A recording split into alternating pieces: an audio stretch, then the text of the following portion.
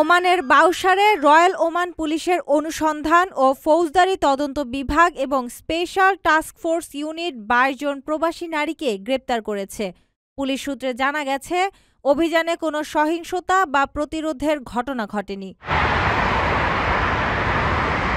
গ্রেপ্তারকৃত নারীরা শ্রম আইন এবং বিদেশি আবাসন আইন লঙ্ঘনের অভিযোগে আটক হয়েছেন। স্থানীয় প্রশাসন জানিয়েছে, এই ধরনের অভিযান নিয়মিতভাবে পরিচালিত হচ্ছে যাতে দেশটির শ্রম আইন এবং বিদেশি বাসিন্দাদের নিবন্ধন প্রক্রিয়া সঠিকভাবে অনুসরণ করা হয়। গ্রেপ্তারের পর তাদের বিরুদ্ধে আইনগত কার্যক্রম প্রক্রিয়াধীন রয়েছে। পুলিশ জানিয়েছে, গ্রেপ্তারকৃত নারীদের নিরাপত্তা এবং সুষ্ঠু বিচার নিশ্চিত করতে সব ধরনের ব্যবস্থা নেওয়া হচ্ছে। আইন লঙ্ঘনের মাত্রা অনুযায়ী যথাযথ শাস্তি প্রদান করা হবে।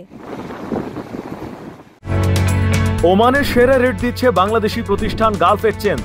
প্রিয়জনকে টাকা পাঠাতে আজই আসুন আমাদের যে কোনো ব্রাঞ্চে অথবা কল করুন স্ক্রিনে দেয়া নাম্বারে। গালফ এক্সচেঞ্জ, বাংলাদেশিদের প্রিয় এক্সচেঞ্জ।